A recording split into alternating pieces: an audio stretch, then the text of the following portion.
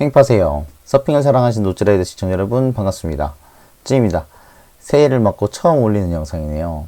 새해 복 많이 받으시고 코로나로 많은 분들이 어려운 시기를 보내고 계실 텐데요. 모두 힘내시길 바라고 올 한 해 모두 좋은 일만 가득하길 바라겠습니다. 시아 팁타임 투데이도 벌써 네 번째 시간이에요. 4주가 지났다니까 정말 시간이 금방금방 가는 느낌이네요. 사실 일주일에 영상 한 개는 좀 여유 있다 생각했는데 올리는 날은 너무 순식간에 찾아온 느낌이에요. 자, 오늘은 무엇에 관련된 포스팅일까요? 바로 컵백에 관련된 포스팅입니다. 컵백을 이제 잘하기 위해서 무엇이 필요한가에 대한 고민이라고 보시면 돼요. 처음부터 간단하게 이제 세 가지를 이제 얘기하는데요. 스피드, 풋 플레이스먼트, 그리고 바디 포지셔닝, 이렇게 세 가지를 강조하고 있어요. 근데 사실 여기 보면은 풋 플레이스먼트 스피드에 대한 언급은 있는데 바디 포지셔닝에 대한 언급은 없어요. 그래서 제가 포스팅 내용을 위주로 얘기를 하면서 중간중간에 추가로 필요한 내용을 더 설명을 드리도록 할게요. 자, 여기 사진 속의 주인공을 보면은 롱보드를 타고 이제 막 컵백을 시작하려고 하죠. 이때 뒷발을 살짝 이제 인사이드 레일로 옮기라는데 이 턴이 들어가는 방향 쪽으로 스트링거보다 살짝 인사이드 레일 쪽으로 옮겨주는 팁에 대해서 얘기하고 있어요. 여기서 이제 강조할 게 요 살짝이에요. 살짝 옮겨줘야 되고요. 이 부분에 대해서는 제가 예전에 다른 영상에서 한번 다룬 적이 있죠. 궁금하시다면 영상 위 링크로 한번 구경해 보세요.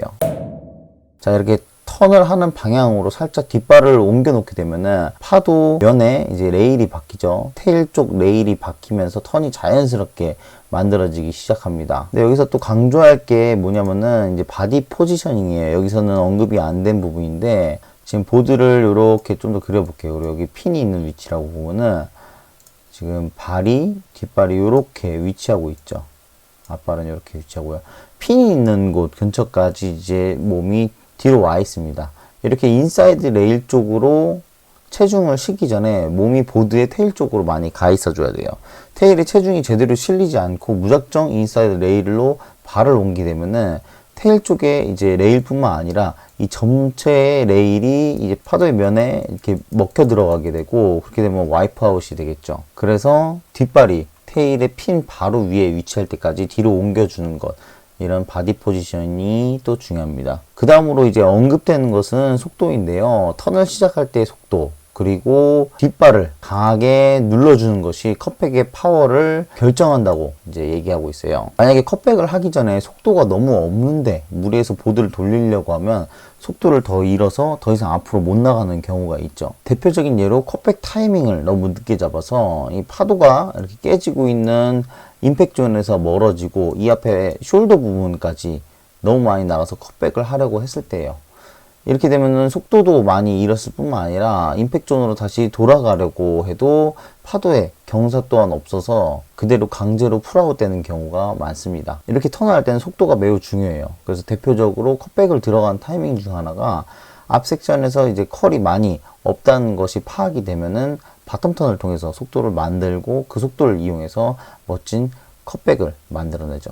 여기서 한 가지 더 언급된 것이 뒷발로 얼마나 강하게 눌러주느냐인데요. 이게 다시 말하면 얼마나 뒤쪽을 이제 눌러주느냐라는 말과 일맥상통합니다. 보드의 더 뒤쪽을 누르면 누를수록 시소의 원리처럼 같은 힘이라도 크게 느껴지니까요. 그 대표적인 예로 드랍 리턴을 들 수 있어요. 속도도 별로 없고 파도의 컬도 많이 서지 않아서 가속이 어려운 경우에 파워풀하게 컵백을 하기 위해서 이제 뒷발을 한 스텝 더 뒤로 보내고 스타일리시하게 하는 턴이 드랍 리턴인데요. 특히 프론트 사이드 라이딩을 하고 있을 때 속도가 없는 경우 이제 컵백을 할 때 자주 사용되는 방법입니다. 그리고 보통 이렇게 발을 뒤로 보내주지 못하게 되면은 턴이 잘 안 돼요.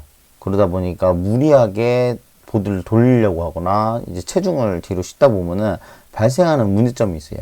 이 부분에 대해서 이제 언급이 됩니다. 앞발을 이제 신경 쓰라고 하고 있어요. 어떤 부분이냐면은 간혹 컵백을 하다가 앞 발가락이 들린 경우 있어요. 뒤꿈치로 이제 디디고 턴을 쉽게 돌리기 위해서 테일을 많이 눌러주면 좋다고 했었는데요. 그래서 몸의 포지션을 뒤로 빼거나 뒷발만 뒤로 빼주거나 하는 등 핀 바로 위에 위치한 스윗스팟을 눌러주지 못하는 경우에는 그만큼 더 큰 힘으로 테일을 눌러줘야 해요. 그래서 과하게 뒤로 체중을 싣지만 보드는 들리지 않는 상황에서 앞발은 발가락이 들리고 뒤꿈치로만 버티는 상황이 이렇게 종종 나올 때가 있어요.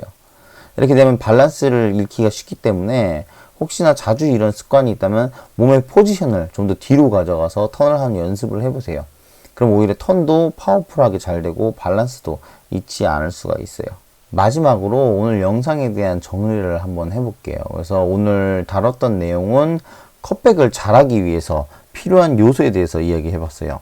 자, 첫 번째로 속도입니다. 속도를 잘 유지해야 돼요. 속도가 죽어가는 경우 파도의 앞 섹션으로 나가서 속도를 더 얻을 수 있을 것인지 이제 판단을 해야 돼요. 앞에 파도의 앞 섹션이 컬이 잘 서고 있다면 내가 빠르게 앞으로 나가서 가속을 할 수 있겠죠. 그렇지 못하다는 생각이 들면은 파도가 깨지고 있는 임팩트 존으로 돌아가 줘야 됩니다. 그렇게 결정을 내리면은 빠르게 컷백 준비를 해야 되겠죠. 그리고 이제 컷백을 하기로 결정을 했으면은 컷백이 들어가기 전에 이제 바디 포지션을 테일 쪽으로 옮겨줘야 합니다. 특히 뒷발이 핀 위에 바로 위치할 수 있도록 신경을 써줘야 돼요. 그래야 턴을 하기가 아주 용이해집니다. 그리고 세 번째로 이때 턴을 할 때 살짝 더 도움이 되는 부분이 스트링거보다 살짝 인사이드 레일로 발을 옮겨주는 거예요. 풋 플레이스먼트죠. 이렇게 세 가지 기준을 놓고 내가 컷백을 할 때 부족한 게 있는지 한번 생각을 한번 해보세요. 그래서 부족한 부분이 있다면 그 부분을 집중적으로 연습을 해보시면 금세 멋지고 파워풀한 컷백을 하실 수 있을 거예요. 항상 안전하고 즐겁게 서핑하시고 저는 다음 주에 또 찾아뵙겠습니다. 찌였습니다. 시청해주셔서 감사합니다.